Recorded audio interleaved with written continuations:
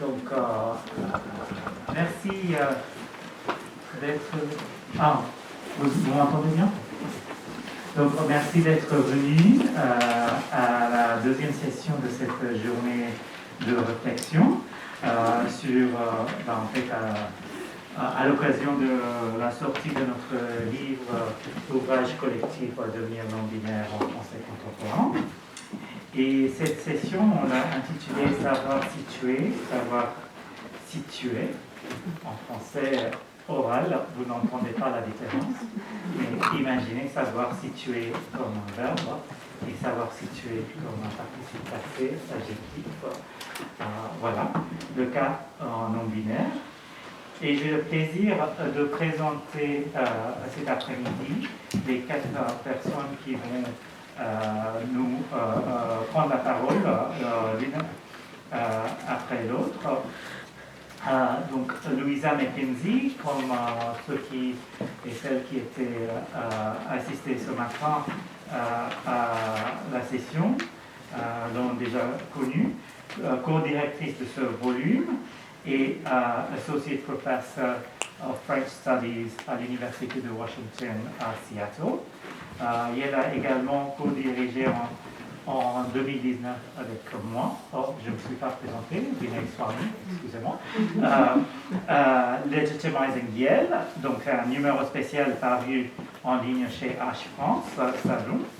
Et Louisa est auteure de Poetry of Place, Lyric Landscape and Ideology in Renaissance France.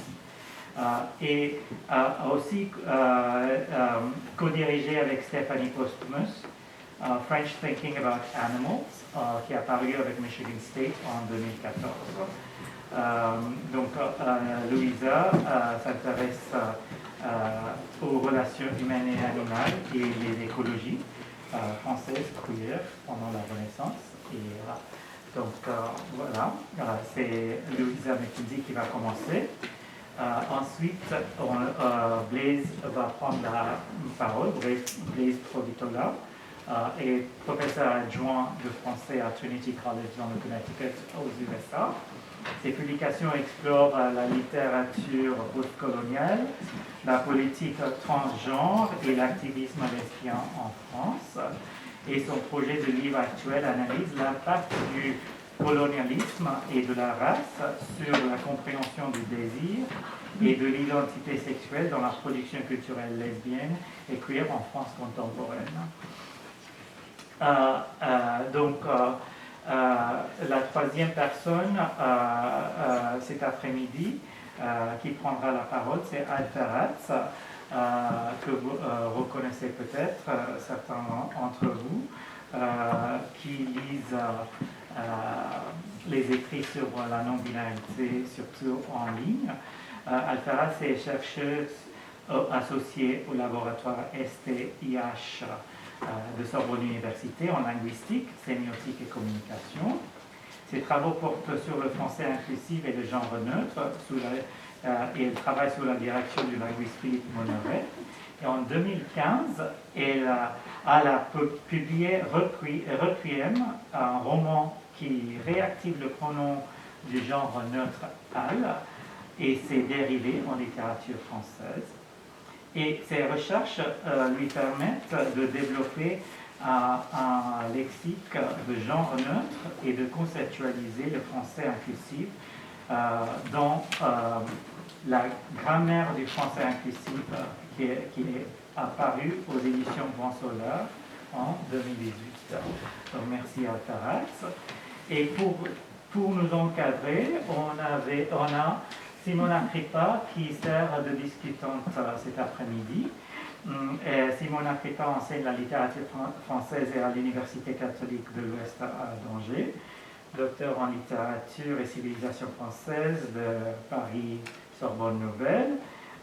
Elle est spécialiste de l'œuvre de Marguerite Duras et notamment l'autrice de 2 livres.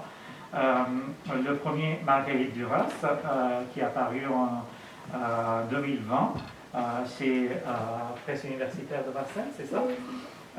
Et un deuxième livre aussi sur Duras, Marguerite Duras, La tentation du théorique, publié par Classy Garnier, qui vient de paraître en 2021, oui. Si je ne me trompe pas. Donc nous sommes vraiment chanceuses et chanceux d'avoir Simona comme enseignante ici, même à Villeroy, en éco-critique et littérature au sein du Vassar Wellbeing Programme à Paris. Et donc, merci Simona de nous encadrer avec la session de cet après-midi. Alors, merci Liné, merci Louisa. D'abord, je suis ravie que cette publication a pu avoir lieu dans cette collection que dirige Sylvie. C'est très important pour moi de voir vu le jour, que la publication a vu le jour. Alors, encadrer, c'est un grand mot, parce que je ne suis spécialiste ni comme Yannick, ni de genre, mais je vais faire ce que je peux. Et j'ai lu avec beaucoup d'attention toutes les interventions, et notamment de cette partie que je suis censée encadrer, parce que je trouve que vous faites partie de vos expériences, et c'est là qui m'a beaucoup touchée et que j'ai suivi vraiment avec attention. Alors Louisa, pour vous, vous vous intéressez à l'intersection entre les études de genre anglophone et les études de genre francophone. Vous parlez de tension dans ce champ qui est le même, mais qui finalement va avoir différents traitements. Oui. Vous parlez aussi, tout à l'heure à table, on parlait avec Yannick de comment est intervenu sur le genre Éric Marty. Donc voilà, j'aimerais que vous nous proposiez votre lecture de cette tension-là, voir s'il y a de la polémique, de l'hostilité, d'où arrivent ces tensions et comment les présenter. Avec plaisir, merci Simona. Vous m'excuserez, j'espère, de lire dans mon texte. Ni en anglais ni en français, je ne peux pas faire autrement. J'espère que vous m'entendez. Alors dans mon chapitre, j'aborde plusieurs questions connexes en fait, mais le fil directeur, comme vous l'avez dit, c'est la perception d'une opposition fondamentale entre la France et l'Amérique dans les questions concernant les études de genre.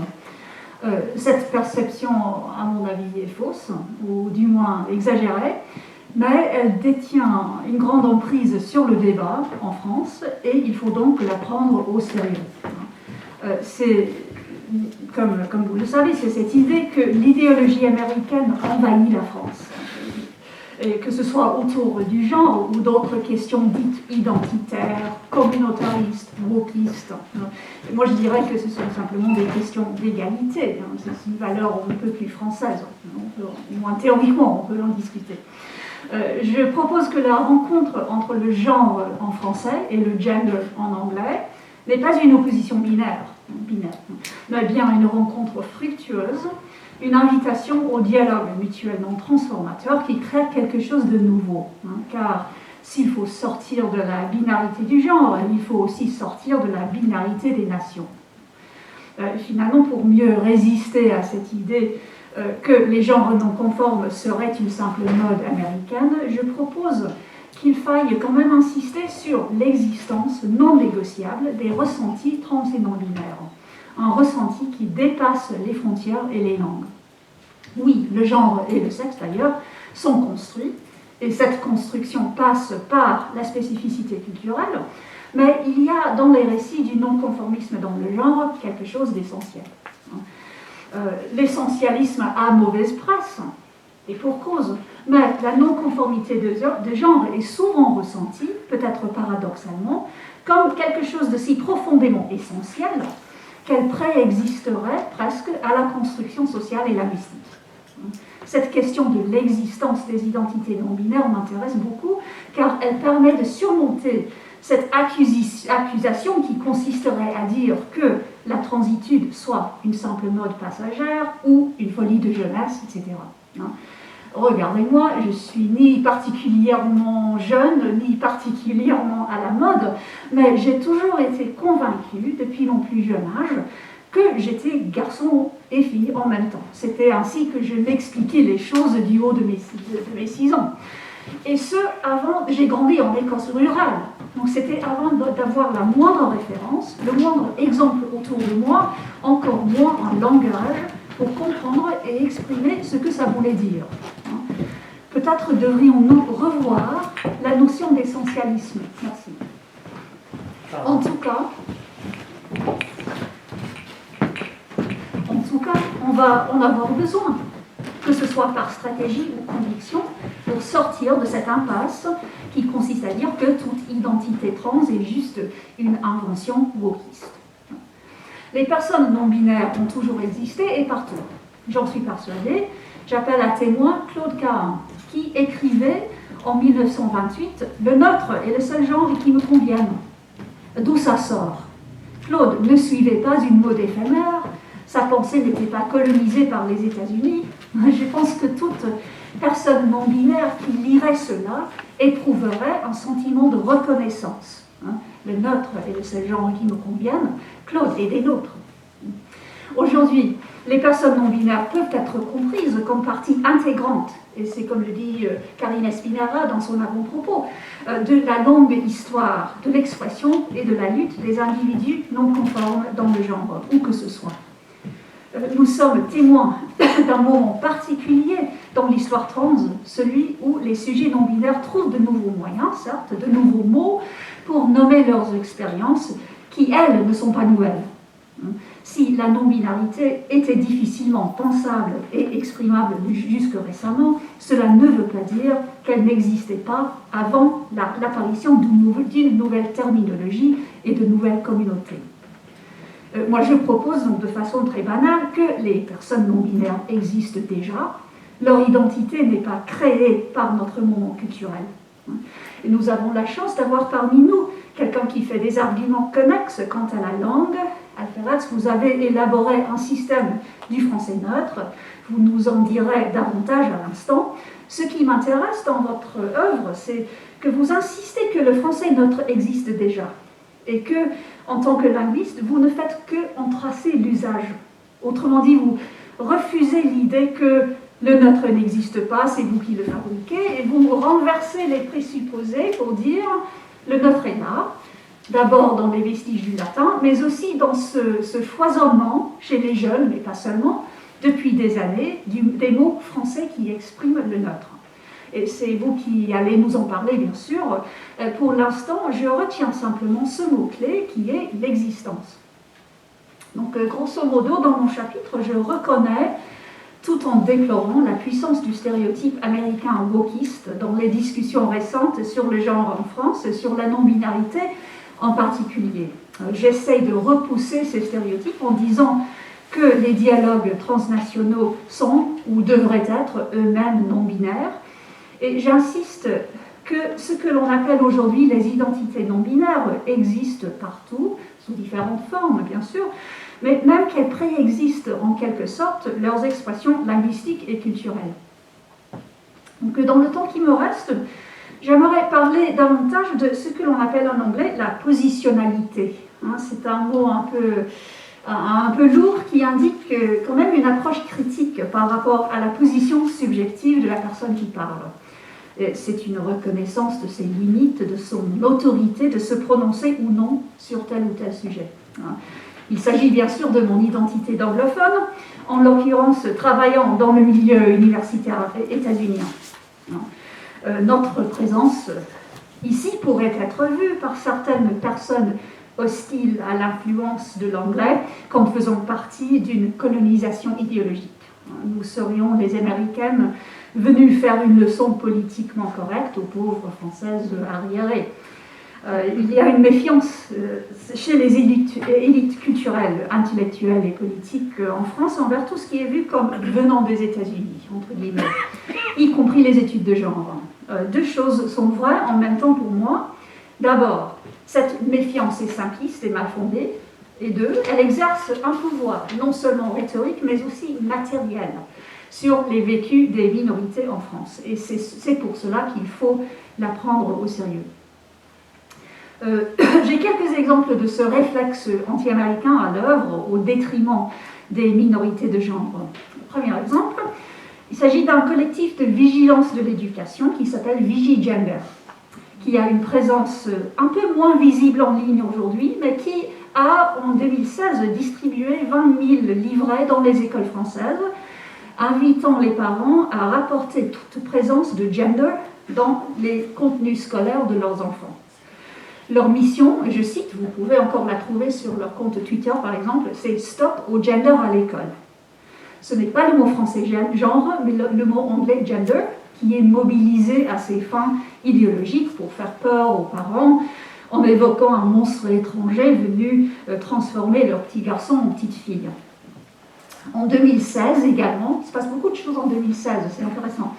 Le pape lui-même, dans une allocution à la jeunesse catholique, pointait les pays anglophones et dénonçait une colonisation idéologique, je cite, par rapport au rôle de genre venant des pays très influents, c'est-à-dire les États-Unis.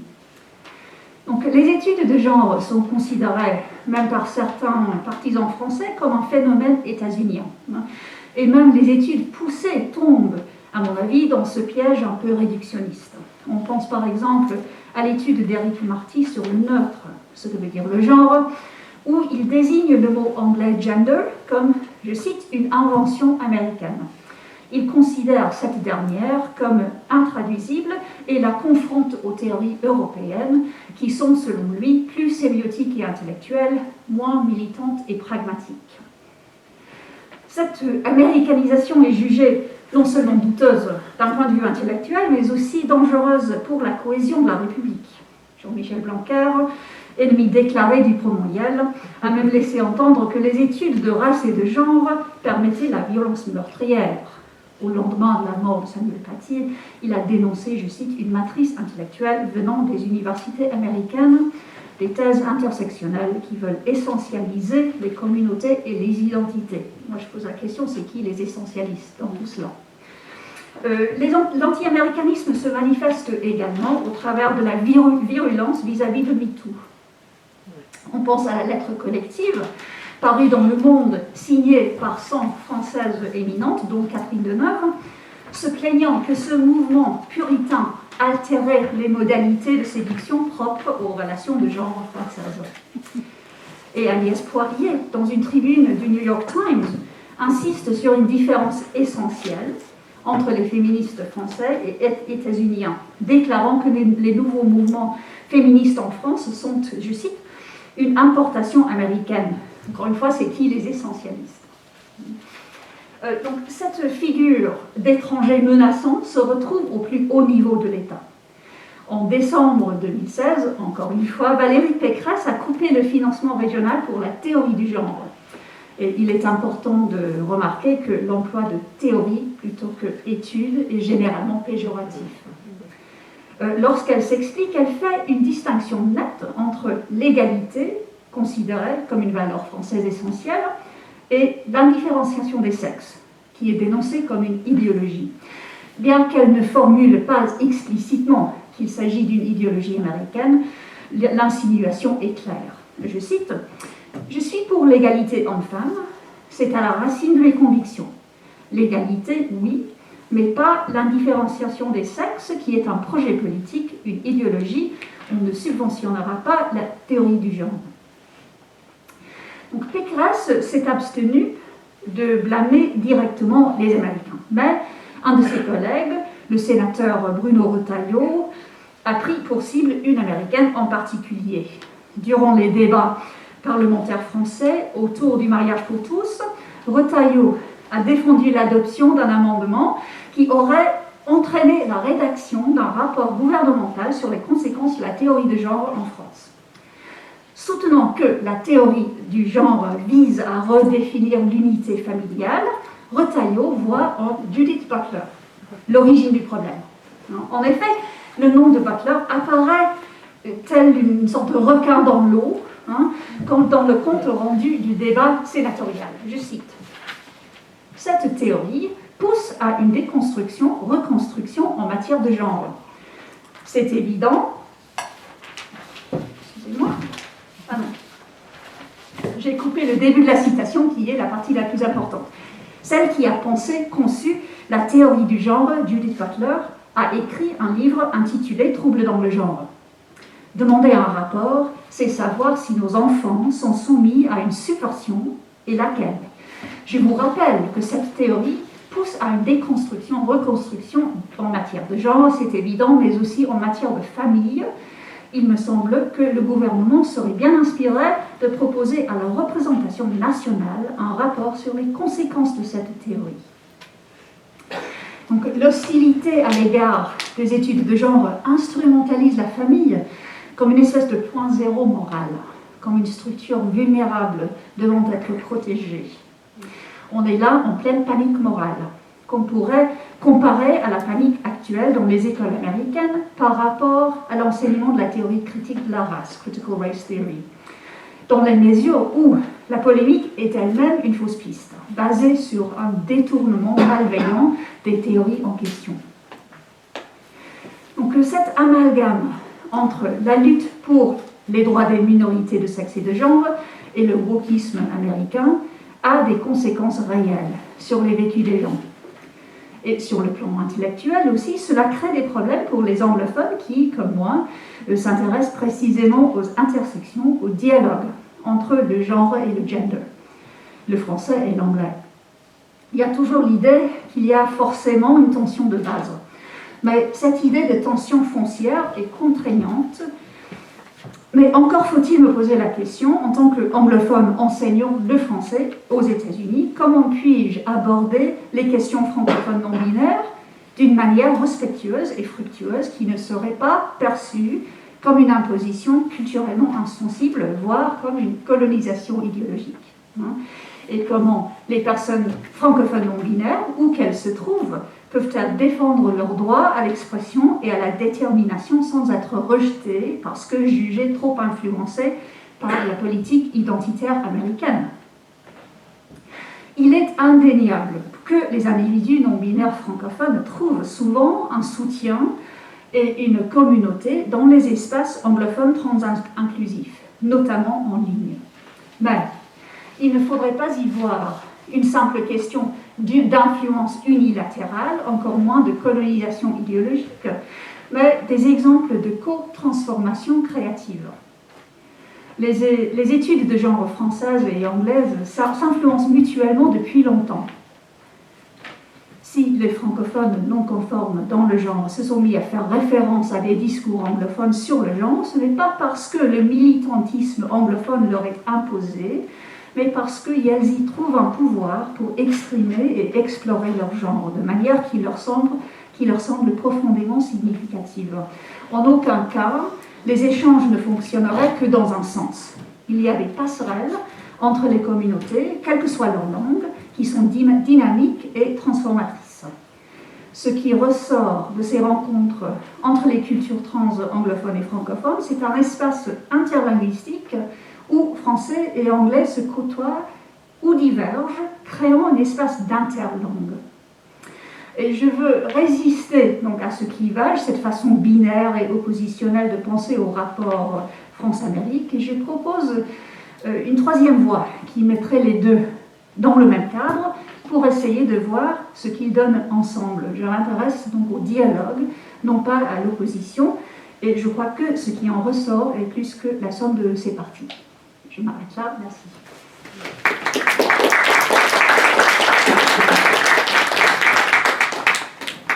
Merci Louisa, je reviendrai tout à l'heure avec peut-être une question pour toutes les trois. Alors, quant à Blaise, j'ai lu avec vraiment beaucoup d'intérêt aussi votre expérience. Vous faites part d'une expérience qui vient d'un moment où vous êtes en France et vous accédez aux archives lesbiennes pour votre doctorat. Et vous venez de décider de changer de nom et de votre nom. Et vous transmettez à travers votre écrit, hein, je trouve que c'est beau parce que c'est vraiment un moment de recherche, création et théorisation qui est important. Et vous manifestez ce désir de neutralité. Ce qui m'intéresse, est-ce que je peux poser la question il me semble que vous faites part d'une sorte de pédagogie politique. Est-ce que cela vous convient et comment vous pouvez développer ceci à travers ce que vous avez écrit? Merci pour la question. Oui, je considère que ma pédagogie elle est politique. Enfin, de toute façon, je considère que toute pédagogie est politique. Si on ne le dit pas. Ah, pardon, vous m'entendez mieux?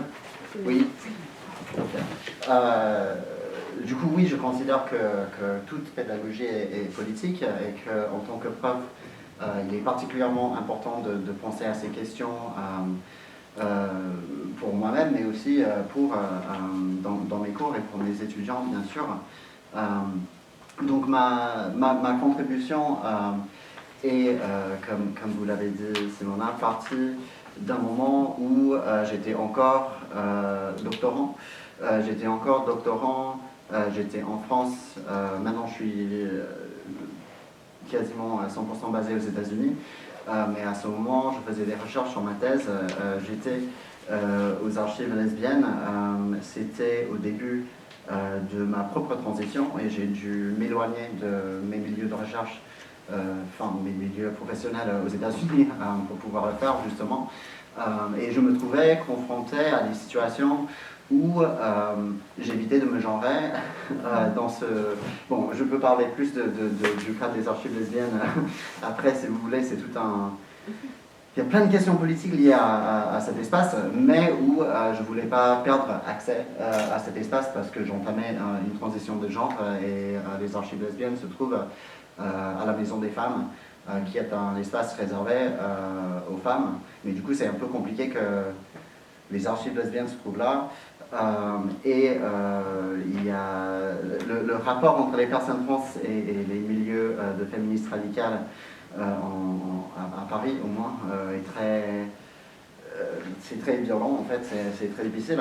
Enfin bref, du coup en même temps j'étais dans cette situation là quand j'avais écrit la première version de cet article et j'étais en train de réfléchir à comment est-ce que moi je donne mes cours de français. Donc c'était à la fois dans le cadre de mon expérience personnelle, mais surtout en tant que prof, où je me suis demandé qu'est-ce que moi je pourrais faire pour que dans les années à venir, mes étudiants et étudiantes ne se retrouvent pas dans une situation où elles ne se sentent pas forcément soutenues, ce qui était forcément ce qui était le cas pour moi dans le cadre de mon doctorat. Bon, un doctorat c'est autre chose, mais bon. Donc, ça c'était la première version de l'article qui avait été écrit je l'ai écrit en 2017-2018. Et en le relisant et en le mettant à jour pour le présent volume, j'ai pu réfléchir à ces questions parce que ma pensée a évolué un peu et il y avait certains aspects de mon travail original où, puisque c'était la première fois où je pouvais m'exprimer ouvertement en tant que personne trans sans... Je dirais pas sans peur, mais je savais que j'étais très soutenu par Binet et Louisa notamment, et ça m'était très important. Et en même temps, j'ai moi-même, c'était pas du tout de la pression qui venait d'ailleurs, mais moi-même, j'avais un peu lissé certains aspects de mon expérience, et j'ai pu y revenir dans ma contribution. Bref, tout ça pour dire que donc dans ce que j'ai écrit dans le livre, on trouve d'abord mes réflexions sur mes premières tentatives de penser la non-binarité pour mes étudiants et de mes expériences dans les milieux trans, notamment à Paris, qui m'ont poussé à développer ces réflexions vraiment d'un point de vue plus militant et d'un point de vue engagé et des études trans. Pour moi, toute question linguistique est une question politique et des avancées qui sont faites en matière de langue sont essentielles parce que ça permet aux personnes d'exister et de se sentir vues et reconnues par les autres. Et je trouve ça essentiel. Et en même temps, ces changements doivent être accompagnés par d'autres changements au niveau institutionnel qui soutiennent la sécurité et la santé des étudiants trans et non-binaires. Donc c'était vraiment, même les études trans, enfin les questions trans et les questions non-binaires ne sont pas exactement les mêmes champs. Il y a beaucoup de superposition entre les deux, mais je trouve quand même, pour moi, qu'il est essentiel d'avoir ce point de vue de la justice trans, même si ça vaut la peine de le dire, ce n'est pas seulement en parlant des personnes trans où ça vaut la peine de penser les questions de neutralité de genre, bien sûr. Donc, alors qu'en France, aucune place n'est faite pour les questions de non-binarité dans les milieux universitaires, quasiment.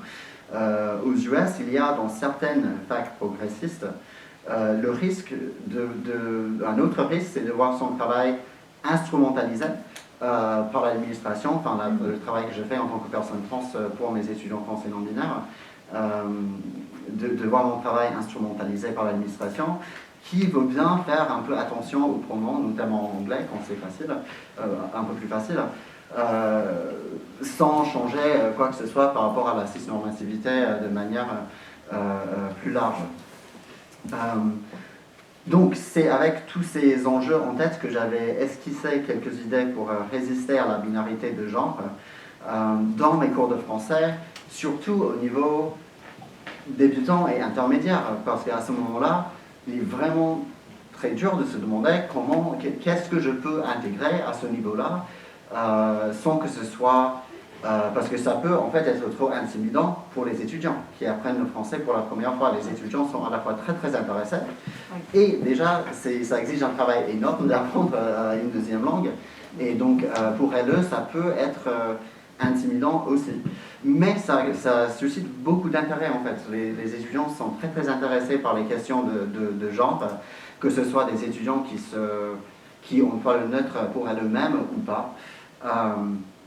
Donc dans ce que j'ai écrit, j'ai quelques suggestions que j'ai faites et ce sont quand même des suggestions on en a parlé pendant la première table ronde, mais par exemple j'avais proposé à mes étudiantes et étudiants la variation ou alternance entre pronom et accord, que pour chaque devoir de pouvoir choisir le pronom que l'on avait envie d'employer, de le mettre en haut de la page à côté de leur prénom, des choses simples comme ça, de proposer ou de montrer, juste d'attirer l'attention sur le moment où le langage est genré, notamment avec les adjectifs, et de leur proposer quelques possibilités, ou d'autres possibilités qui étaient justement basées sur le genre de pratique linguistique souligné par Flora dans son intervention. Et bien sûr l'usage des néopronoms et d'autres néologismes tels que, mais pas limité à, IEL. Voilà, donc c'était un peu mes premiers efforts.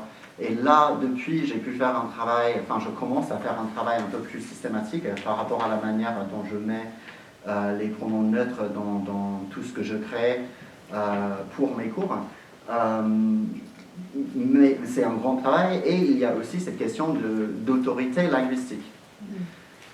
Donc, qu'est-ce que je mets? Si je mets IEL, en fait, ce n'est pas la seule possibilité. Je trouve qu'il y a une vraie richesse de réflexion par rapport à la non-binarité en français. Et donc, je me dis que je préfère faire quelques suggestions à mes étudiants sans que ce soit présenté comme une version définitive ou même je raccourcis toujours au début du semestre, mais j'essaie quand même de le présenter d'une manière qui n'est pas seulement la traduction de they, parce que comme Vinay a montré ce matin, la réponse à cette question est extrêmement complexe et je veux aussi éviter toute le genre de comparaison facile entre le français et l'anglais qui fait du français une langue extrêmement genrée, impossible d'un côté, et l'anglais une langue où la neutralité de genre serait facile, alors que ce n'est pas du tout le cas en fait. Enfin, ça reste une langue genrée à bien d'égards. Et en plus le fait qu'il existe l'option they qui est plus facile en anglais, et ça fait que c'est encore plus difficile d'entendre des gens en train de me mégenrer, alors qu'il y a justement une option qui est plus facile.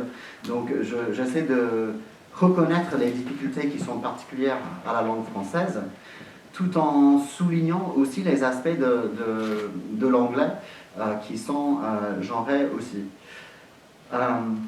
Bon, je ne vais pas parler pour beaucoup plus longtemps parce que ça m'intéresse plus avoir un échange entre nous, mais je dirais juste que dans cette version traduite, c'est un peu mise à jour de mon article original. J'ai pu réfléchir un peu à ce qui a changé depuis, donc c'est pas seulement que je le fais un peu plus systématiquement dans mes cours, mais ça reste un travail qui se fait petit à petit parce que c'est aussi une question de travail et de quantité de travail. Tous les ans, je peux faire quelques activités de plus, mais je ne peux pas écrire un manuel scolaire inclusif. En plus, en fait, ce n'est pas mon sujet de recherche du tout. Ça, c'est vraiment quelque chose à laquelle je m'intéresse un peu de côté. Et surtout en tant que prof et moi en tant que chercheur. Donc,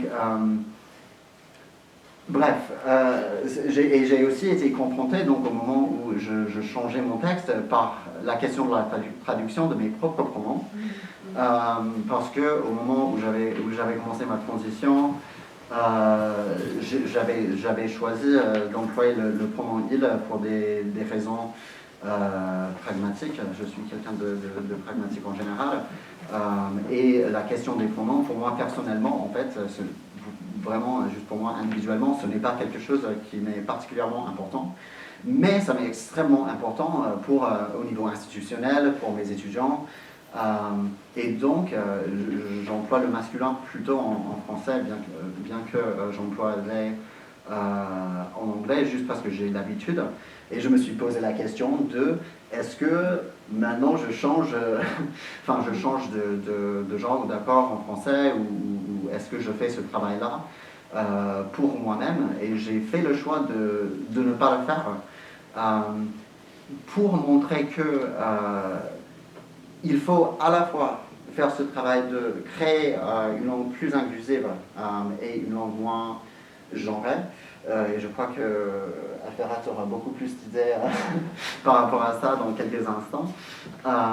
Et en même temps, comprendre qu'il y a des choix stratégiques et que ce n'est pas forcément parce que quelqu'un emploie le pronom il ou elle, en anglais comme en français d'ailleurs, que cette personne se voit comme étant binaire. Ce n'est pas forcément le cas. Et il y a un peu une question c'est toujours un peu problématique de parler en termes de génération.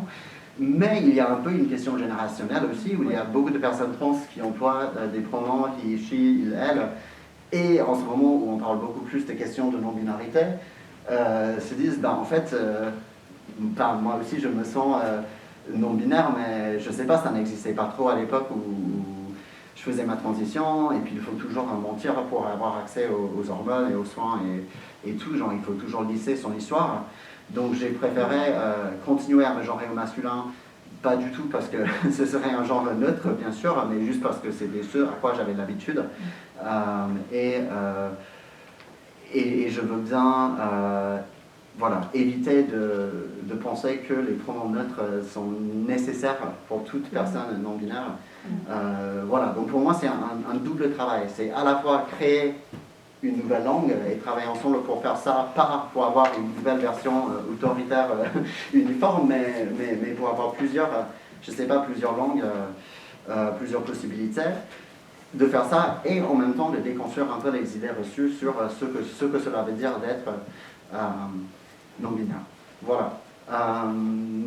Donc je crois que je vais m'arrêter là, mais je dis tout ça aussi parce que, je trouve que quand je propose des solutions qui sont...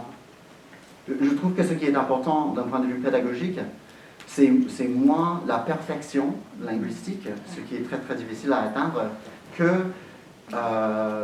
l'intention derrière ou le vrai désir de voir mes étudiantes et étudiants. Donc je trouve que dès que mes étudiants savent que ça m'est important, il est assez facile de travailler ensemble pour trouver des solutions.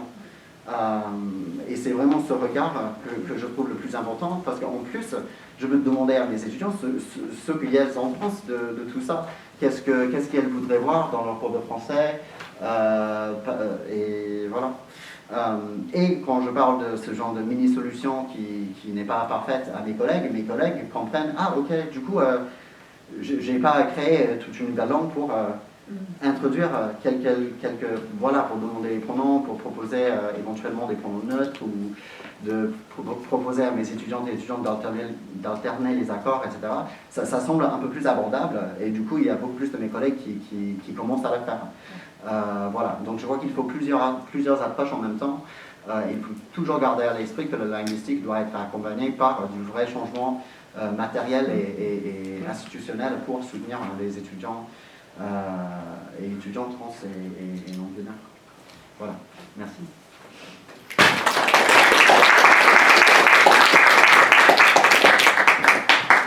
Merci Blaise pour cette intervention très riche et qui effectivement appelle à la nécessité de plusieurs approches de la question. Alors Alferat, vous êtes dite dans le volume par Louisa la référence incontournable sur le français neutre. Vous êtes l'auteur. Ça met la pression. Vous êtes l'auteur d'une grammaire du français inclusif en 2018 et vous avez aussi, ce qui m'intéresse beaucoup, vous avez appliqué vraiment le genre neutre dans une création, c'est-à-dire dans un roman, Requiem, en 2015. Autopublié, avis aux maisons d'édition privées. Voilà, bon. Donc, vous dites du genre spectral et non binaire. Hein. Donc, vous allez nous dire un peu comment vous vous situez par rapport à tout ceci, qui est fort intéressant et fort riche pour théoriser aussi toutes ces questions. Merci beaucoup. Donc, qu'est-ce que je fais? Je mène une recherche doctorale à Sorbonne Université intitulée « Le genre neutre en français », qui soutient la thèse de l'avènement d'un troisième genre grammatical en langue française au XXIe siècle. Mais aussi, ça va avec la thèse de l'avènement de la création ou du développement d'un genre neutre dans d'autres langues de familles différentes. Notamment pour exprimer des référents de genre spectral ou post-binaire ou non-binaire. Par exemple, en chinois, nous voyons l'avènement d'un nouveau pronom personnel sujet de genre neutre pour désigner les personnes de genre spectral ou post-binaire ou non-binaire et qui commence par X. Mon travail s'inscrit dans une filiation de linguistique générale qui invente un appareil conceptuel permettant la description et la compréhension du langage. Cet appareil conceptuel est une sorte de boîte à outils, rassemblant principalement des concepts, des termes, des théories, des propositions d'unités lexicales ou de structures grammaticales. Ainsi, nous sommes outillés pour mieux comprendre ce phénomène social et linguistique qu'est le français inclusif. Cela permet de décrire la réalité, mais aussi de différencier réalité et vérité. Ce que fait Andrea Dworkin dans Our Blood, lorsqu'elle dit dans le monde, les hommes sont supérieurs aux femmes. C'est réel, mais ce n'est pas vrai.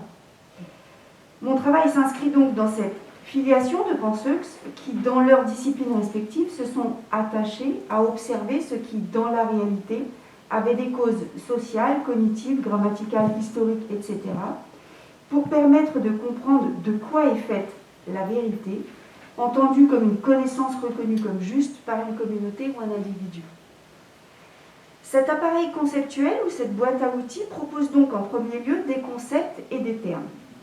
Ma première tâche fut d'observer la limite et la relative naïveté d'un terme comme écriture inclusive, qui restreint la portée du phénomène observé à la lecture et à l'écriture, quand ce phénomène est en réalité un nouvel idéal socio-culturel et esthétique, c'est-à-dire une norme.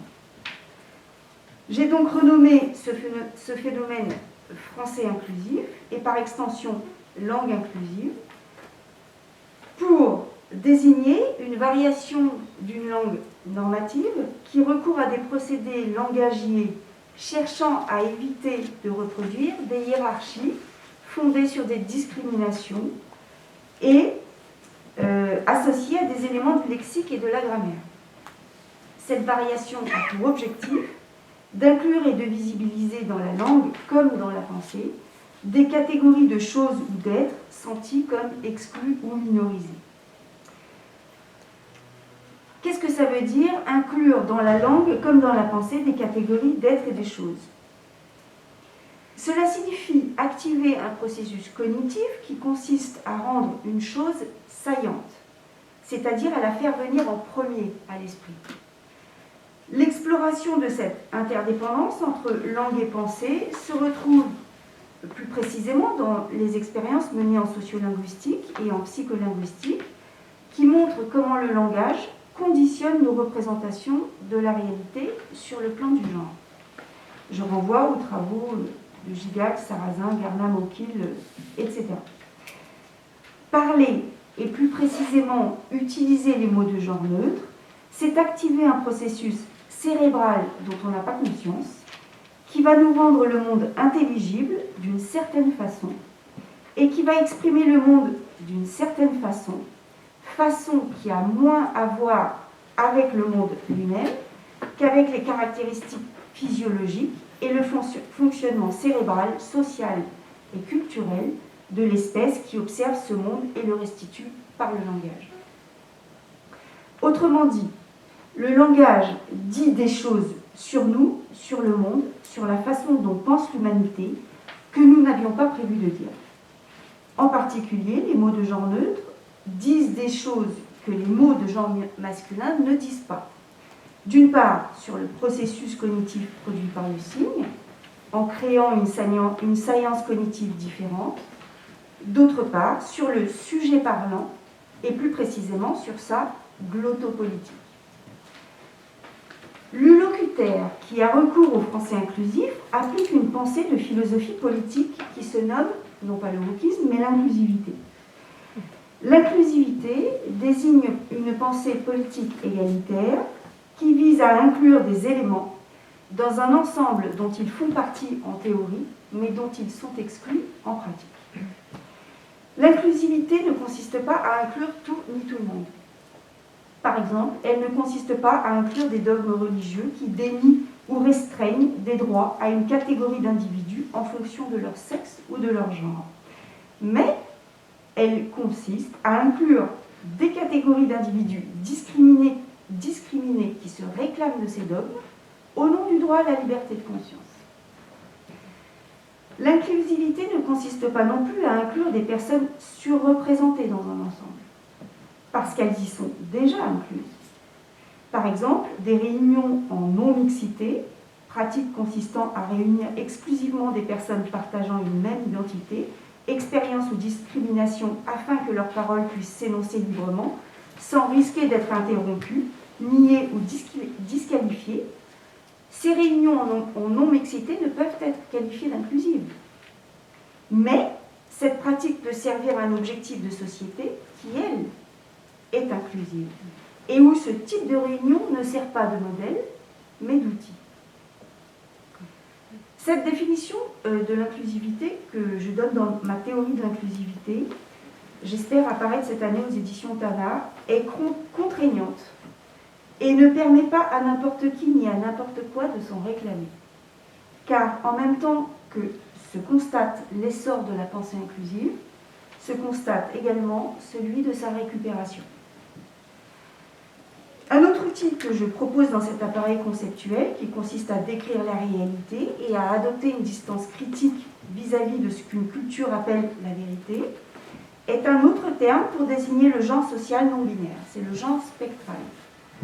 Spectral vient du latin spectrum, apparition, image, simulacre, apparition fantastique, et specere, regarder. Ces deux mots, sur le plan étymologique, contiennent les traits sémantiques d'image et plusieurs procès. Celui qui consiste à voir, celui qui consiste à rendre visible et celui qui consiste à flouter. Ce terme rend visible la nature sérielle du genre, puisque le genre est une série d'éléments gradués, ce qui est la définition d'une gamme. Mais il permet aussi de flouter cette identité de genre en ce qu'elle ne peut plus se réduire à une silhouette précise. Ce terme déconnecte donc genre et apparence. Il permet également de cesser d'être dans la réaction pour être dans l'affirmation. J'adopte là le point de vue d'un Nietzsche qui aurait cessé de parler de force et de faible, mais seulement de puissance. Quand je suis puissance, je ne me déclare pas la négation de quelque chose. J'affirme ce que je suis ou ce que je veux et cela suffit. C'est ce qu'a fait le faible au cours de l'histoire en inventant la morale pour se défendre du force lorsque celui-ci l'utilisait. Cette politique de positivité et d'affirmation pour sortir de la négation et de la réaction pourrait s'opposer à la vision que Barthes avait du neutre.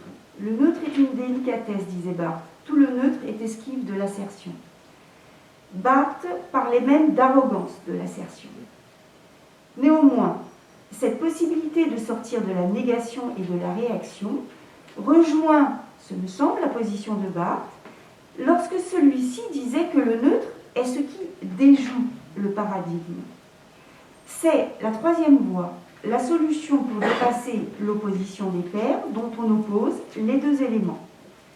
Si nous faisions de la philosophie des religions, nous pourrions dire que le neutre introduit le monde flottant du zen dans la binarité judéo-chrétienne qui oppose le mal au bien, ou même dans la binarité du Tao qui oppose le yin et le yang.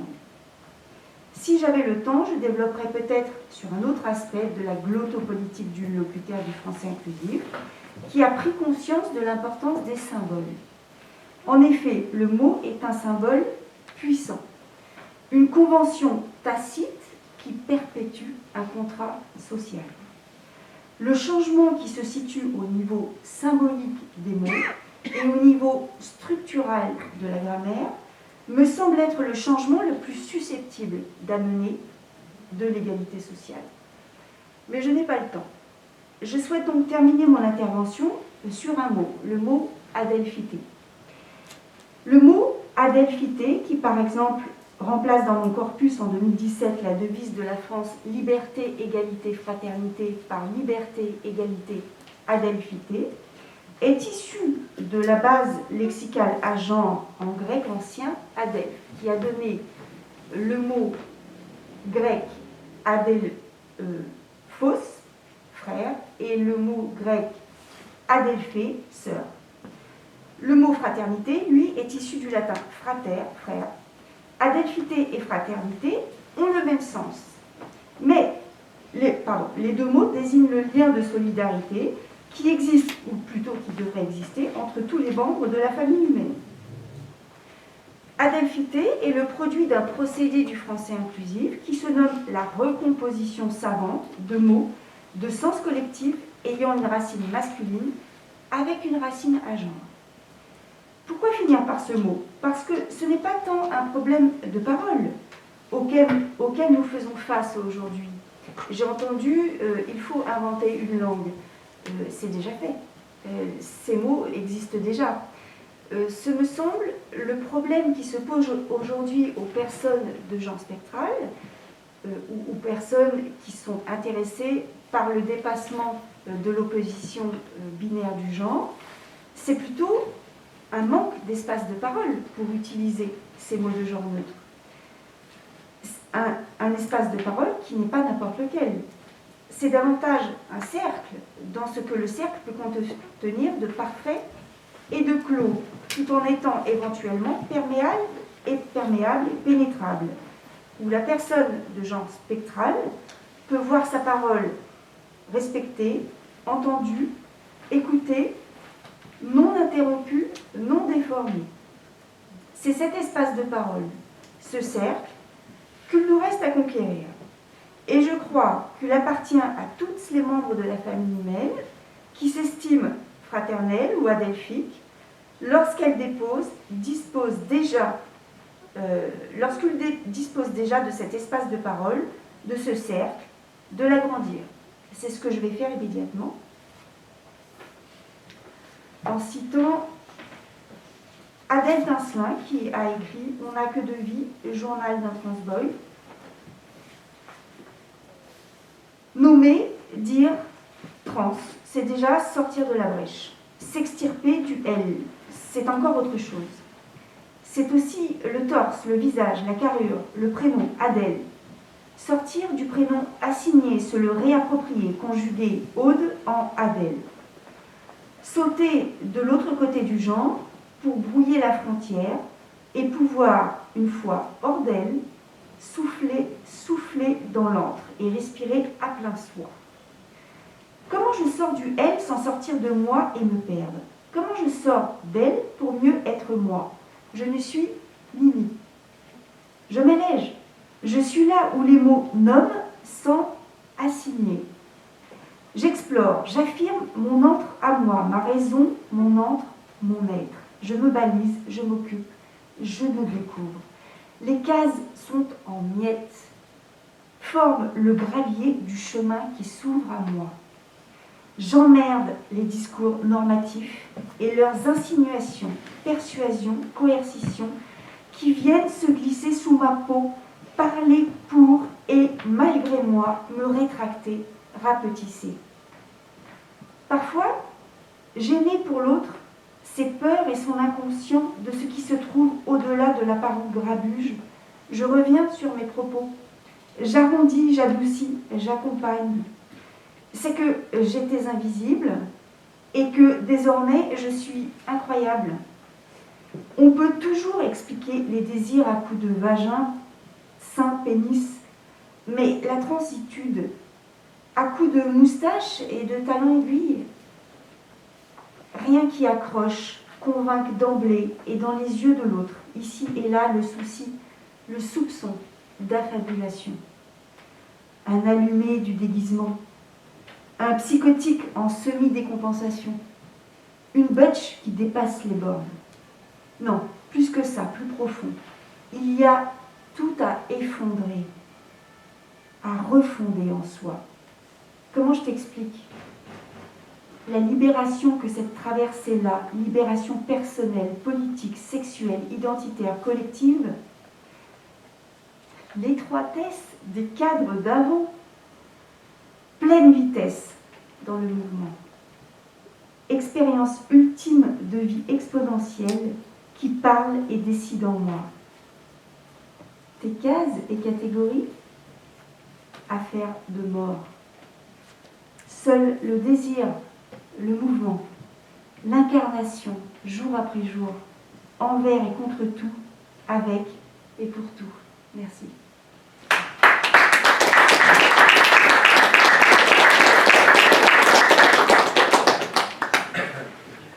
Merci Alferaz pour cette belle intervention, très poétique jusqu'à la fin. Peut-être vous avez des questions, enfin sans doute. Si,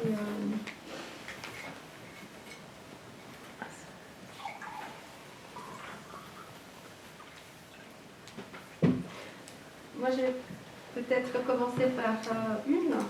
Vous avez cité Barthes, qui disait, lorsqu'il est entré au Collège de France, dans sa leçon en 1977, que la langue n'est ni réactionnaire ni progressiste, mais elle est fondamentalement fasciste. Donc c'est très, très intéressant. Ici, on n'arrête pas de dire qu'il faut sortir de cette langue pour en investir une autre. Et alors, ce qui me paraît intéressant dans ce que vous avez dit, Louisa, c'est quand vous citez Pécresse et elle case les études de genre dans la théorie de genre. Il me paraît en revanche qu'il y a vraiment besoin de théorie pour investir ce champ et pour faire de la révolution dans ce champ. Parce qu'à un moment donné, ma thèse porte sur la théorie chez Marguerite Duras, mais j'investis tout le champ de la théorie des années entre les années 60 et 70 jusqu'à 80, tout le moment structuraliste, formaliste, etc., où on essaie effectivement de faire la révolution par la langue. Et c'est à la fois dans les institutions que cela advient, à Paris 3, à l'Inter, quand on forme des comités de discussion, et quand on a envie véritablement de faire avancer les choses, donc que ce soit vraiment les questions soit du féminisme et autres. Donc c'est à la fois politique, mais aussi très théorique. Et je pense que le champ doit devenir très théorique pour commencer à avancer. Et vous êtes en train de le faire. Donc, c'est gentil. J'ai un peu l'impression d'avoir une position très niveau de base. Oui, on a besoin de théorie, et même le rejet de la théorie est lui-même une théorie.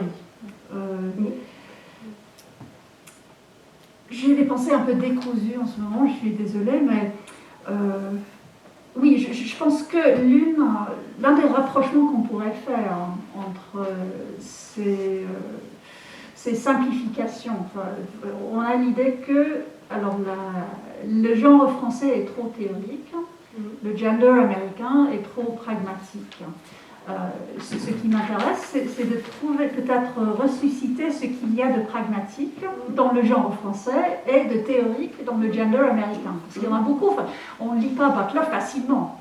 C'est là où j'engage la pensée d'Éric Marty, qui réduit Judith Butler à une sorte de militante qui hurle dans la rue, mais lire Judith Butler, ça demande une attention soutenue, c'est du sérieux, quoi.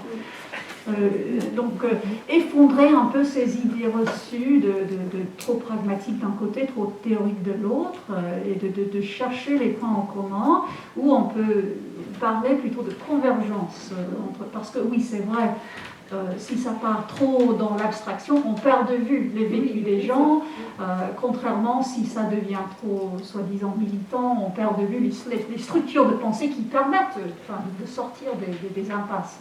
Je ne sais pas si c'est très clair, mais voilà ce que j'avais pensé il y a plusieurs approches dont parlait Blaise, effectivement. Excusez-moi. Oui, ce qui est, je rejoins, je vous remercie à tous trois. Ce qui est vraiment intéressant, c'est que cette exigence de théorie doit être formulée de façon extrêmement politique, parce que dans ce qui s'est passé au moment des ABC de l'égalité, puisque c'est là que quand on a voulu faire les ABC, l'abécédaire de l'égalité dans les écoles, etc., à ce moment-là, on a effectivement changé, et on est passé des études de genre à la théorie du genre, et il y a eu retournement véritablement sémantique sur le terme théorie, qui est devenu une menace. Et c'était ça, on a menacé. Et dans les écoles, à la sortie des écoles, qu'est-ce qu'on disait? Attention, c'est la théorie du genre. Et donc la théorie du genre, comme cela, ça allait quelque chose. On allait théoriser et donc sortir de cet aspect pratique. Et donc c'est vraiment ce retournement qui s'est passé et que nous avons vécu. Enfin, je ne sais pas comment ça se passe au sein de vos universités, de vos institutions, ou même de ce que nous faisons, mais le terme de théorie du genre est arrivé sur les médias, là, n'est-ce pas? Et aujourd'hui, il faut à nouveau redéfinir, lorsque l'on fait des études de genre, etc., et on redéfinit cela, parce que c'est devenu un mot, une malédiction. Enfin, donc soyons, oui, travaillons effectivement, et c'est ce que nous faisons, mais attention, parce qu'à ce moment-là, vraiment, il y a eu un mouvement de bascule, je crois, sur cela. sur le terme même. Et peut-être qu'on est en train de vivre le même détournement aux États-Unis avec le critical race theory. Ah bon? Où le même theory d'instrumentaliser une sorte d'arme de guerre dans les écoles, alors que s'il s'appelait race studies, ce serait moins monstrueux. Mais c'est justement pour cela qu'ils n'appellent pas ça Critical Race Studies. Exactement. Critical Race Theory, c'est une façon de dire Oui. Ne laissez pas vos enfants écouter ce genre de... En fait, quelque chose qui n'est pas basé dans la réalité. C'est ça. Parce que théorie, c'est quelque chose qui n'est pas réel. Hein, c'est comme ça que c'est entendu. Alors que la théorie dont vous parlez, c'est autre chose. Hein, peut-être à la Barthes, c'est pas du tout ne pas entrer dans le réel. Et je crois que c'est ça, il faut faire la distinction. Oui.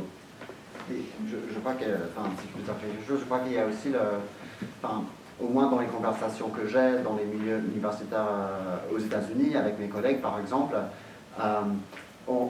parfois j'ai eu des collègues, notamment j'avais une discussion par rapport au genre dans les cours d'enseignement de langue récemment dans mon département, qui est un mélange de plein de langues différentes. Et j'avais une collègue en italien qui m'avait dit ah, c'est trop intéressant, en français ça a l'air d'avancer, il y a quelques possibilités, en italien il n'y a rien. J'ai dit mais ok, qu'est-ce que vous voulez dire par cela, qu'il n'y a rien. Et elle a dit non mais en fait j'ai cherché là ou là, et elle parlait que des livres universitaires ou des contextes universitaires, et je lui ai dit mais bien sûr qu'il n'y a rien. Il faut regarder les blogs, il faut regarder des sites qui sont... Et ça aussi, ça fait partie de la théorie en fait. C'est de la théorie, le militantisme, les militantes sont tout le temps en train de faire de la théorie. Donc je crois qu'il est très très important d'essayer de défaire le lien entre ce terme et une certaine culture intellectuelle, et aux États-Unis et en France. Voilà, mais ça m'a... Parce que dans mes propres recherches, les seules choses qui m'ont vraiment aidé, c'était justement des blogs que j'avais trouvés il y a quelques années, et ce genre d'effort existe différemment, mais un peu partout, quelque part. Voilà, donc je voulais juste rajouter ça.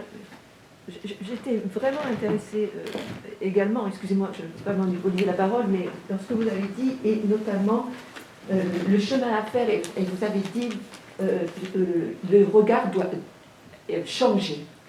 Voilà, je pense que ça, j'aimerais que vous disiez un petit peu plus, parce que je pense très, ça c'est fondamental, véritablement. Le regard sur, voilà, vous voyez, poursuivre.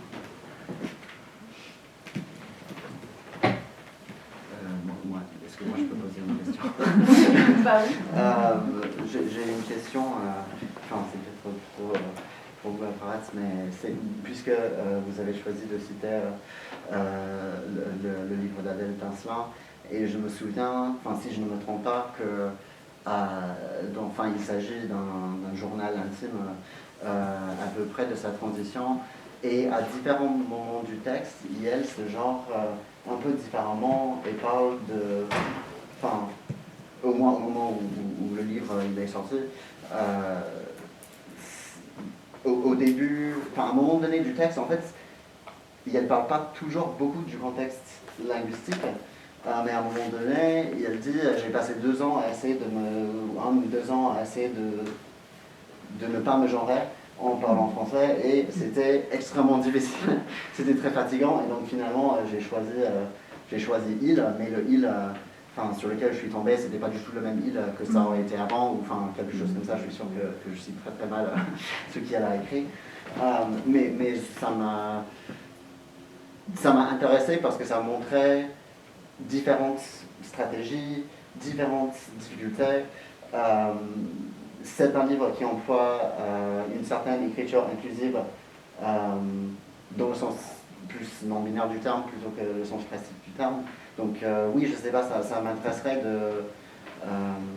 de savoir ce que vous en pensez de l'évolution du genre dans ce livre en particulier, parce que ça me semble être un exemple important de la complexité de la question. Merci. Je vais essayer de raccorder à votre question parce qu'elle est très intéressante également. Du coup, je pars par le début, par Barthes.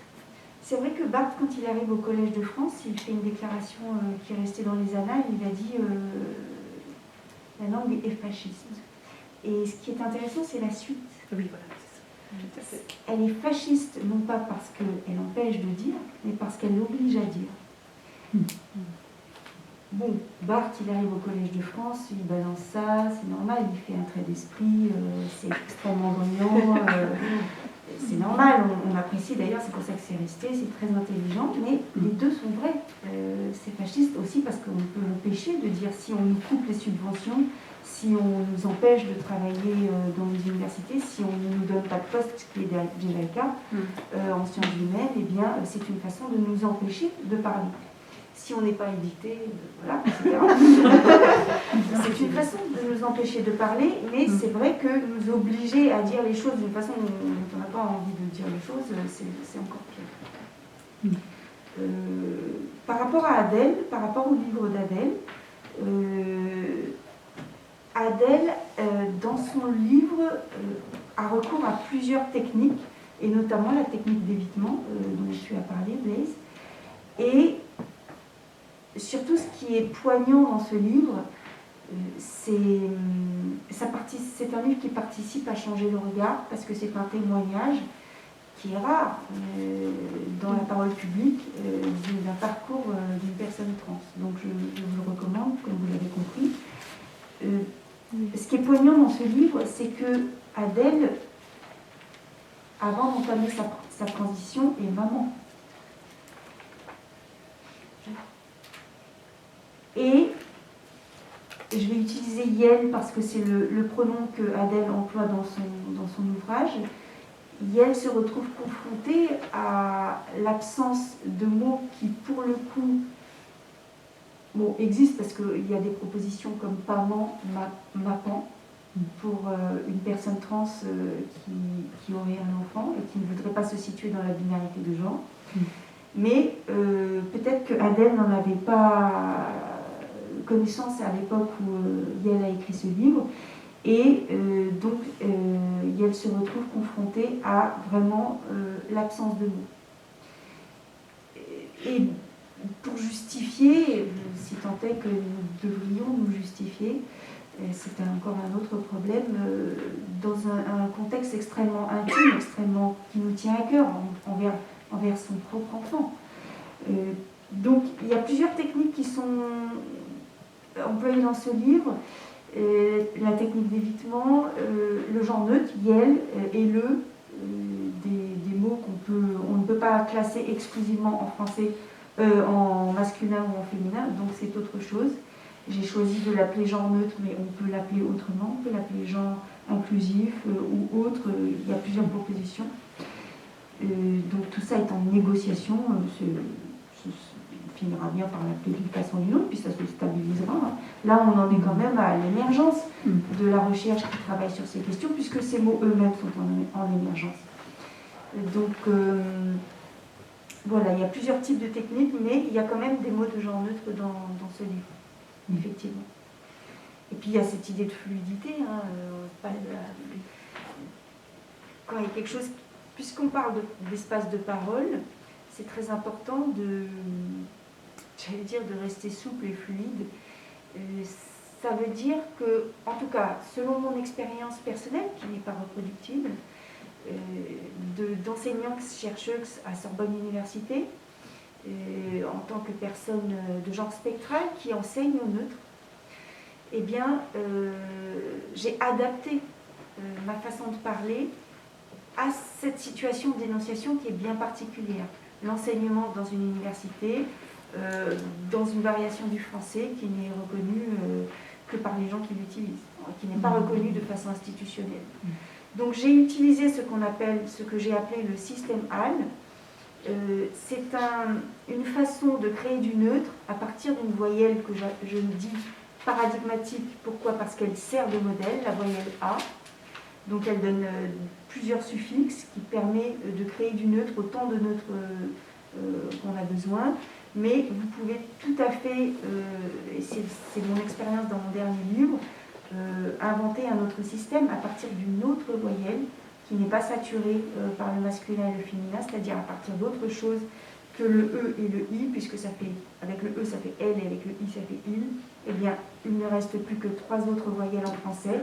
Vous avez le A, le O et le U. Le A, donc le système A, je l'ai donc commencé à le mettre au point en 2015. Il est désormais terminé. Le système U, je l'expérimente dans mon dernier livre. Et le système OL est déjà expérimenté par la collective Bye Bye Binary, qui est un groupe de personnes artistes qui ont créé les premières typologies, les premières glyphes et premières polices de caractères inclusives. C'est un groupe belge.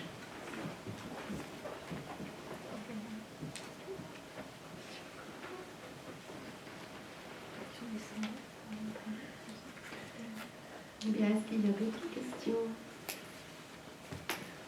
Oui, moi j'avais une question à François Alferraz c'était pour rebondir sur l'interrogation de Blaise qui, pour son souvenir, ne savait plus tout à fait comment était fixé le système pronominal dans le livre que tu as cité. J'aimerais bien que tu nous parles de Requiem, qui est quand même un roman somme, un gros livre, mais dans lequel, me semble-t-il, on a tout un jeu sur les pronoms qui ne sont pas si figés que ça. Pardon.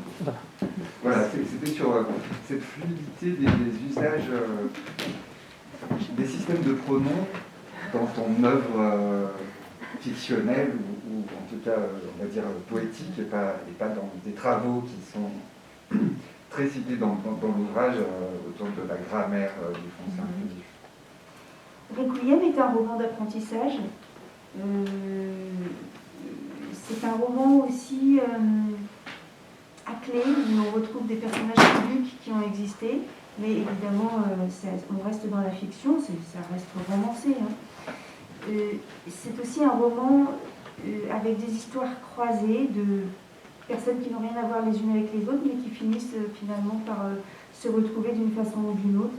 Et c'est un roman où j'ai donc réactivé le pronom personnel sujet al, qui, à l'époque, je l'ignorais totalement, existait depuis le IXe siècle.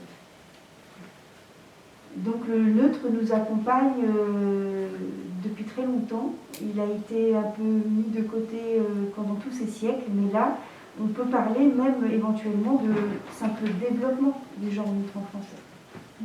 Tout dépend si on considère que le neutre est actuellement à l'état de trace, avec des pronoms comme ceci, cela, ou des pronoms indéfinis.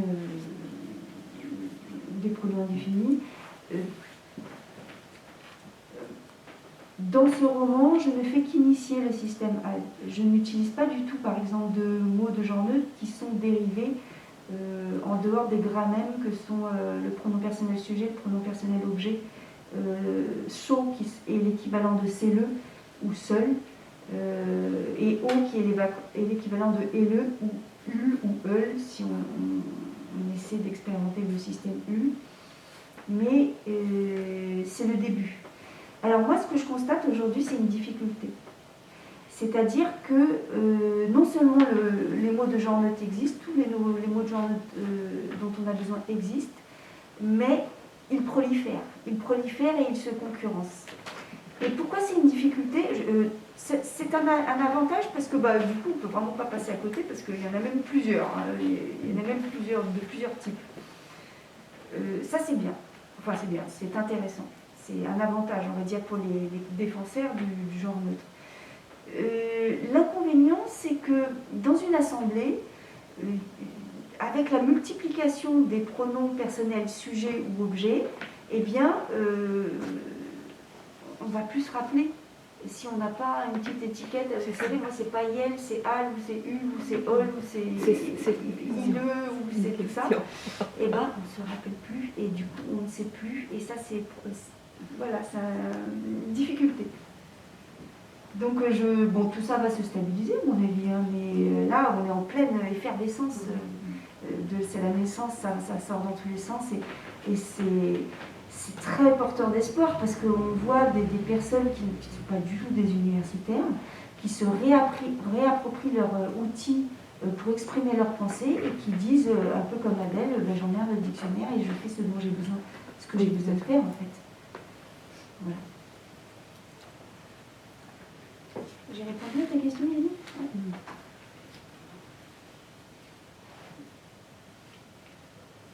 D'autres questions?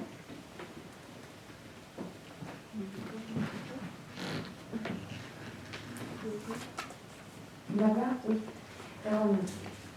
Moi, je voulais revenir peut-être avec Blaise sur la notion de compromis linguistique, parce que j'avais beaucoup aimé trouver ça ici. En même temps, ça me fait penser à plein d'autres domaines, et je me demandais si les travaux qui existent en sociolinguistique ne peuvent pas apporter cet élargissement-là. Donc, il était question de compromis linguistique pour se nommer, et de cette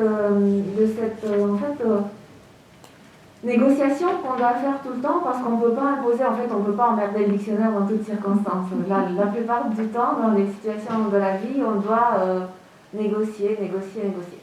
Et quand ça concerne se nommer soi-même, c'est lourd, parce que ça remue beaucoup de choses, et parce qu'on se sent un peu nié soi-même. Enfin bon, j'ai l'impression que c'est lourd, et du coup on est en train de parler de ça. Mais en même temps, on fait ça un peu avec tout, et en réalité on est dans le compromis linguistique permanent. C'est un peu la condition humaine, en tout cas dans les groupes qui se retrouvent en situation défavorable dans le rapport de force, et ça nous arrive un peu tout le temps. Et ça ne concerne pas que le genre, ça concerne énormément d'aspects. Je pensais à une notion, parce qu'on est beaucoup à être ici dans le domaine de l'enseignement, la notion de natif et non natif. Ah oui. Bon, voilà, c'est un exemple qui est aussi très, très courant, auquel on est confronté dans l'enseignement des langues, des questions de légitimité, des questions de dichotomie aussi, qui ne nous suffisent pas, qui ne nous conviennent pas. Donc, tous les travaux sur le bilinguisme montrent plein de choses, on le sait. Et en même temps, très souvent, on est obligé d'utiliser natif, non natif, parce que sinon les gens ne comprennent pas. Enfin, pour moi, c'est quelque chose qui me parle beaucoup, parce que ma première langue, c'est le roumain. J'ai été socialisée en roumain pendant une vingtaine d'années. Le français était une deuxième langue. Et quand je suis venue en France, j'ai mené tous mes travaux, en fait, toute ma scolarité supérieure était sur le français. Et donc j'ai acquis une compétence sur cette langue qui, sur certains aspects, évidemment, est supérieure à celle de beaucoup de natifs. Et de notre côté, ma première langue, celle pour laquelle je suis nommée native, il y a plein de domaines académiques dans lesquels je suis incapable de m'exprimer en roumain, parce que c'est normal. Enfin, voilà. Tout ça, c'est banal. Pour les gens qui travaillent sur le plurilinguisme, et c'est exactement la même chose, en fait, le compromis linguistique. Et autant, peut-être il y a certains mots pour lesquels on va prendre le temps d'essayer de convaincre les autres que c'est important. Je travaille sur les accents aussi. Les accents, en français, on dit parler sans accent. Bon, évidemment, phonétiquement, c'est une aberration, ça n'a aucun sens, parler sans accent. Mais en même temps, dans beaucoup d'endroits, on est obligé d'utiliser sans accent, parce que sinon, les gens ne comprennent pas de quoi on parle, et bon, sans accent, ok. Plutôt que d'expliquer que c'est l'accent du pouvoir et que c'est quelque chose, bon, bref. Et plein d'exemples comme ça, même sur la sexualité aussi, il y a quand même maintenant pas mal de recherches pour penser, pour un domaine aussi intime, de se rendre compte qu'on a des mots qui sont androcentrés, enfin un rapport par pénétration par exemple, pourquoi on dit pénétration et pourquoi on n'aurait pas des mots qui changent de point de vue. Il y a eu un texte magnifique sur la défense du mot circlusion, pour changer de point de vue aussi. Enfin, vraiment, on se rend compte que cette question-là du compromis linguistique, peut-être, pour dédramatiser, c'est de se dire que c'est omniprésent et essayer de mettre un peu ensemble peut-être ça revient à la question de la théorie, d'essayer de monter en puissance de théorisation. Et pour le coup, peut-être ça implique d'élargir le domaine du genre et voir vers quoi on pourrait l'élargir, parce que toute question n'est pas de même nature et toute négociation linguistique n'a pas les mêmes implications personnelles. En fait, c'est pour ça qu'on est là. Hein. C'est parce que ça touche à l'intime et à sa légitimité et à son droit à exister. Et que quand on est en train de négocier une couleur, est-ce que c'est du bleu ciel ou du bleu foncé ou du bleu je sais pas quoi. Et bon, évidemment, ça n'a pas le même enjeu. Donc là, on négocie volontiers et on n'en fait pas une question théorique. Alors que natif, non natif, quand on est pris dans des enjeux de pouvoir et qu'on est au milieu, ou binaire, non binaire, femme, homme, etc., ça touche à un autre domaine. Donc voilà. C'est juste, je ne sais pas si ça peut parler, si ça peut... Oui, et quand je veux dire, en fait, je crois que tout ce que vous êtes en train de dire, c'est aussi lié juste à la question de la subjectivité et l'identité, et comment est-ce qu'on se formule à soi-même, et comment est-ce qu'on exprime ça aux autres. Et moi, je trouve qu'il y a, mon expérience vécue, personnellement, que ce soit positif ou négatif, je l'expérimente un peu comme un compromis, justement, parce qu'il est très difficile de mettre des mots sur certaines choses, pas seulement liées aux questions de genre et de sexualité, mais par rapport à toute question.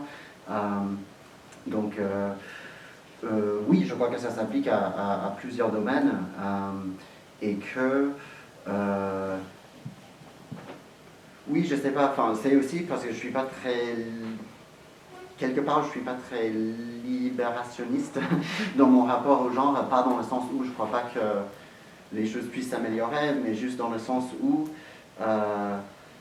voilà, je trouve que la langue exige toujours une série de compromis, mais aussi il est extrêmement important d'inventer et de proposer d'autres possibilités, et c'est comme ça que l'on crée des communautés, que ce soit à travers la création d'un nouveau mot ou juste...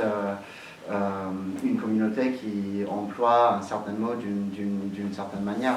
Je reviens à l'exemple de Flora, de ACTA par exemple, où il y a des PD politiques qui se disent depuis longtemps, genre elle, comme l'universel, et pour valoriser le féminin, et ça n'a rien à voir avec l'assignation de naissance. Donc oui, je crois qu'il y a un vrai, peut-être un rapprochement possible entre différentes questions et différentes disciplines, justement par rapport à la question linguistique, mais je trouve que parfois ça peut, pour les personnes minoritaires, ça peut des fois, pour certaines personnes, être un fardeau de devoir trouver le mot parfait pour se décrire. Et je sais que, je crois que c'est quasiment pas dans la vie de tout le monde par rapport à certaines choses, c'est qu'avec certaines personnes, je vais employer tel ou tel mot parce que je sais qu'il sera compris, et avec d'autres personnes, je ne vais pas employer les mêmes mots parce que ce ne sera pas compris de la même manière, et je vais être assimilé à des idéologies avec lesquelles je ne suis pas d'accord. Oui, je ne sais pas si ça répond à... Mais pour moi, si je dis, pour moi, les compromis entre guillemets ou l'ambivalence, c'est une manière de reconnaître la particularité des différentes expériences de différentes personnes sans vouloir les assimiler à la même terminologie. Et d'ailleurs, mes autres recherches portent plus sur ces questions-là par rapport à la sexualité. Voilà, mais ça c'est pas du tout en conflit avec un projet comme ton projet d'ailleurs, Alpharat, comme par exemple de vraiment activement essayer d'inventer autre chose, de le tester et de voir, voilà, et j'aime bien le fait que tu dises, ça existe en fait, c'est réel, c'est déjà dans le monde, ça existe, on n'a pas besoin que tout soit inclus dans un dictionnaire non plus, oui, voilà. Si je peux me permettre d'ajouter une toute petite observation, c'est lié au fait aux idées de cet plurilinguisme dont parlait Maria. C'est que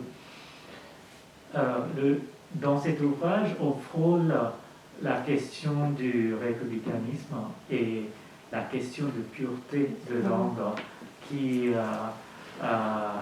est appliquée. Mais on n'en discute pas de manière frontale nécessairement dans l'ouvrage, mais je crois qu'il faut prendre en compte ce que ça fait à la langue, mais aussi au vécu personnel de tout et chacun. C'est-à-dire, juste pour vous donner un petit exemple de différence, si on voyage en Inde, on entend plusieurs langues à la fois et il n'y a pas ce souci de pureté de la même façon. Surtout dans la rue, dans la langue parlée, mais même à la radio, à la télé, etc. Alors qu'ici en France, il y a une exigence de bien parler français, sans accent comme tu disais, et aussi, si on écoute l'académie, ne pas utiliser des imports, surtout de l'anglais, ne dire et ne pas dire. C'est vraiment, c'est une page ou je sais pas, une partie de leur site qui est vraiment officielle. Donc, si jamais on peut penser à un français qui est un petit peu plus polyglotte, on va dire, est-ce que ça va changer la façon dont on pense aux gens aussi? Je ne sais pas, et je ne suis pas en train de promouvoir une théorie que, par exemple, en Inde, il y a moins de... En fait,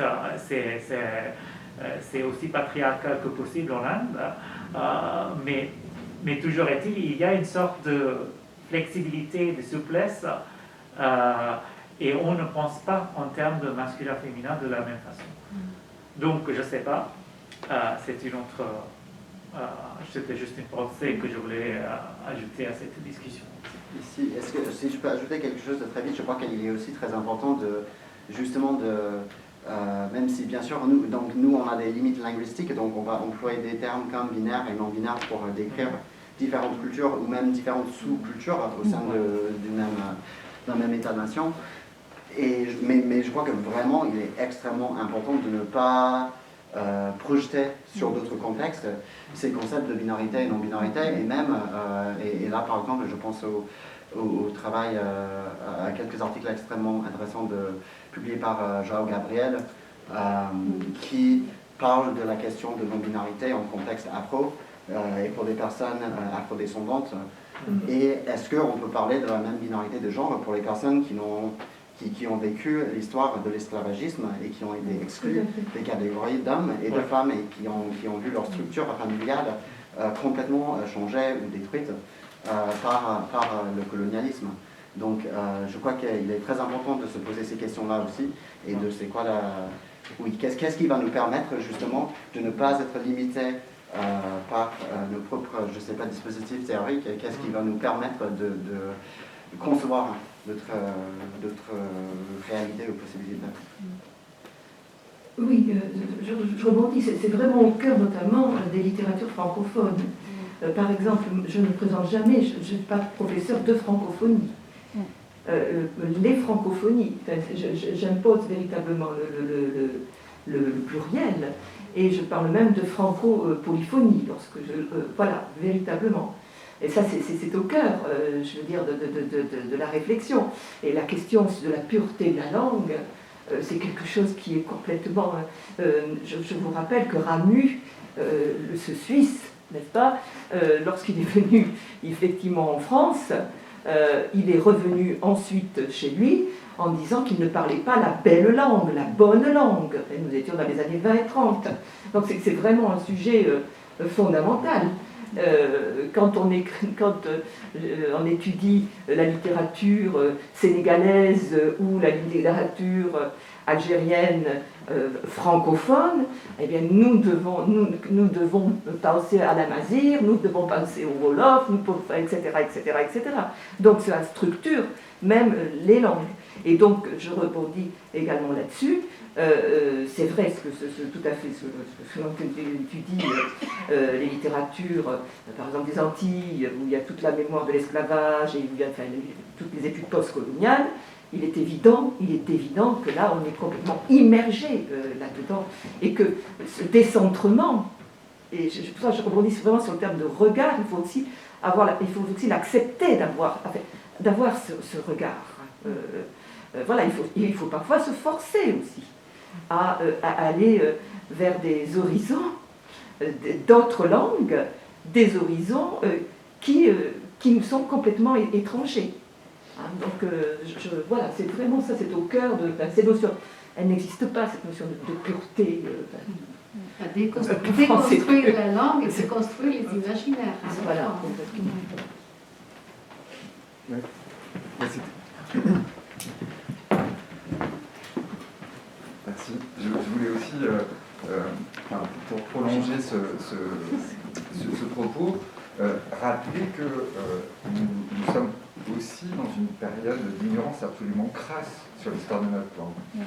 C'est-à-dire que c'est vrai que, on ne peut que constater, comme Vinet, que dans le contexte français de métropole, il y a un nouage extrêmement étroit entre citoyenneté, donc ça signifie accès au droit, et langue française. Mais là où en fait on est dans une situation d'ignorance crasse, c'est que nous croyons que le français est langue officielle de la France depuis Villers-Cotterêts, etc. Villers-Cotterêts, en fait, c'est un édit royal qui dit qu'il faut que les actes de justice soient rendus en langue maternelle française. Donc en langue maternelle des gens qui habitent le royaume de France. Si on regarde ce qui se passe, ce que produit cet édit-là, c'est par exemple que les jugements dans le sud de la France sont rendus en langue occitane, en provençal, etc. Mais c'est pas ce que nous avons appris à l'école. En fait, nous avons appris un récit qui est le récit de la Troisième République, à partir de 1870, où donc nos ancêtres sont les Gaulois et le français c'est la langue officielle depuis l'édit de Villers-Cotterêts. Ce qui est absolument faux.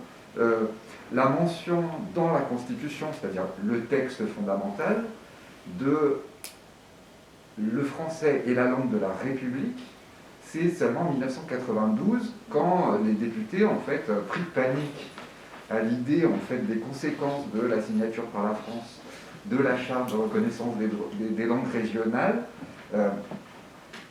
se dépêchent de faire une modification constitutionnelle. Et c'est ça qui est assez passionnant dans le livre, avec ce changement de regard, c'est que précisément, il y a un regard états-unien sur un objet, le français, mais envisagé déjà dans un aspect qui est très exotique pour, on va dire, un sujet parlant francophone, bien centré Il y a, on entend des choses sur le français de Québec, le français d'Ontario, etc. Et donc ça c'est assez passionnant parce que ça nous apprend des choses sur notre propre langue. Ça a permis d'envisager aussi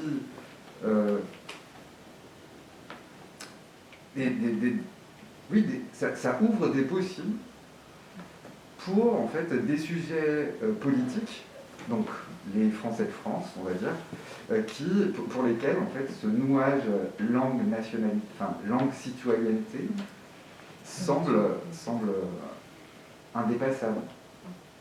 Et c'est très important le travail que vous faites. Et oui, je crois que vous avez tout à fait raison de dire qu'on risque de vous taxer d'impérialisme US qui vient expliquer à ces immigrants français.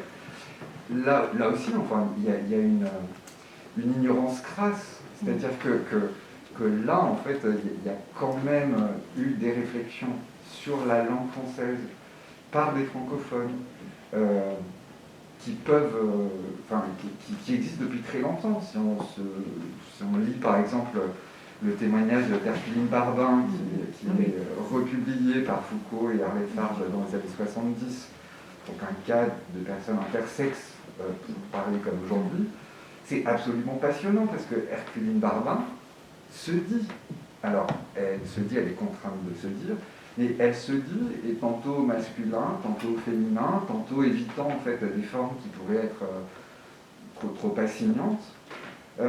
On peut penser à aussi tout un tas d'artistes qui, par exemple, donc, un écrivain comme Yann Sirota dans Foyer, qui invente en fait des univers fictionnels avec une pléthore de nouveaux pronoms qui sont voilà, assez dépaysants, ou encore une œuvre poétique qui est très belle mais dont le nom de l'auteur m'échappe depuis ce matin, c'est Moi Nathanaël, ou Je Nathanaël, qui est un superbe exemple d'œuvre poétique où ce qui ne peut pas se dire en français va se dire en anglais, et où à l'inverse, en fait, ce qui ne peut pas se dire en anglais se dire en français.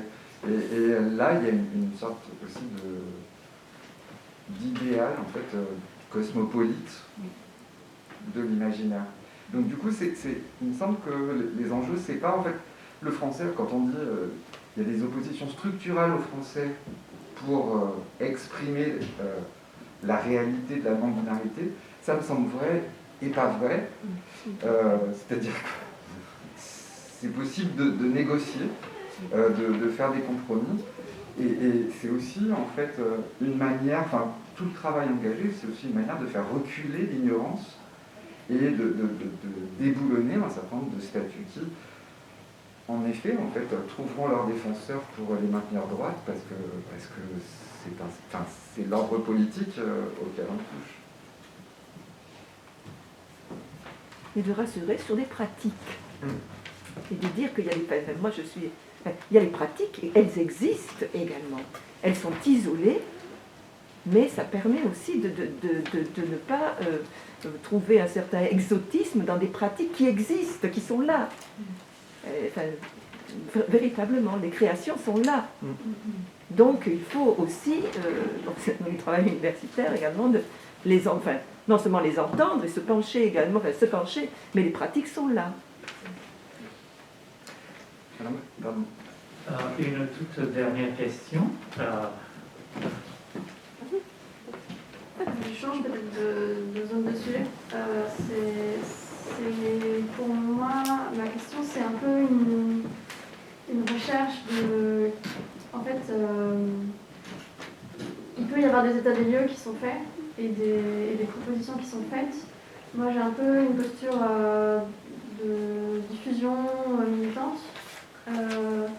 Et du coup, en fait, je me questionne de tout ce qui est l'état des lieux qui existe et ce qui est proposé, comment ça peut prendre et du coup, comment, moi, à mon échelle, je peux aussi pousser ce qui peut prendre. Alors, j'essaie de faire changer les choses dans un sens qui peut marcher. Et du coup, je ne sais pas si c'est adapté, mais j'ouvre la question ici aux personnes présentes. Est-ce que vous avez des conseils de qu'est-ce qui, peut-être en voyant qu'est-ce qui a marché dans le passé ou à l'étranger ou jusqu'à maintenant, qu'est-ce qui fonctionnerait pour que ça prenne, à la fois au niveau des pronoms, à la fois au niveau des accords. Moi, mon observation, c'est que ça prend si ça fonctionne bien à l'oral. Et s'il y a déjà des sonorités qui se font facilement, des manières comment dire, au niveau de prononciation, c'est par exemple à elle, le pronom à elle, il y a déjà 3 syllabes en fait, à elle, enfin je veux dire, il y a alors, enfin je sais pas, c'est moins fluide que il ou elle par exemple, ou que on, il. Donc du coup, ça c'est un exemple pour dire qu'il peut y avoir des blocages aussi à l'oral, et pas que au niveau du sens. Ce matin, je disais le sens de idéal, certaines personnes ne l'apprécient pas parce qu'il est toujours dans... C'est une fusion de il et elle, donc il part de quelque chose de binaire. Donc il peut y avoir des difficultés à ce que ça prenne sur le sens, mais aussi sur la prononciation, et peut-être sur un troisième axe que je n'ai pas encore exploré. Donc peut-être quels sont les autres axes selon vous qui peuvent bloquer, et peut-être aussi avec cette vision de qu'est-ce qui a marché lié au passé ou lié peut-être ailleurs, aussi dans d'autres pays, qui peut aider du coup les actions militantes pour aider à apporter ce qui peut marcher. Voilà.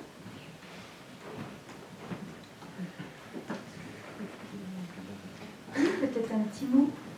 Pour moi, ça prend. Ça prend lentement. Est-ce que ça prend sûrement? Je ne voudrais pas m'avancer, mais ça prend. Ça prend déjà, ne serait-ce que sur un recul de 4 ans. Par exemple, ma grammaire du français inclusif est parue en 2018. Et depuis 2018, eh bien, j'ai vu l'augmentation d'attestations, c'est-à-dire d'exemples produits par les gens qui me manquaient déjà en 2018. J'ai pas tout, mais pour illustrer toutes les terminaisons, mais on voit déjà une progression, une augmentation du flux, du nombre de mots inventés par la population, par la communauté linguistique francophone. Et puis par ailleurs, par rapport aux avantages, aux inconvénients de chaque pronom, en fait, ça demande une étude sérieuse qui est à venir, je pense, parce que ça passionne, d'après ce que je vois. Il y a de plus en plus d'étudiants qui viennent, qui sollicitent d'autres personnes en disant ces sujets m'intéressent, je veux faire mes études sur ces sujets. Et donc ces gens-là vont produire de la recherche et donc donneront des analyses qui diront si IEL effectivement peut être considéré comme un pronom binaire et s'il est problématique pour exprimer une pensée non binaire. Oui et non, ça se discute, en fait. Parce que n'oublions pas tout simplement le caractère arbitraire des signes. C'est-à-dire qu'on pourrait dire, choisir n'importe quel autre mot pour dire un pronom personnel sujet pour les personnes de genre spectral. Parce que c'est arbitraire. En partie, le langage est en partie arbitraire et puis il peut être en partie motivé également. Donc, les études que vous appelez vont venir, je pense.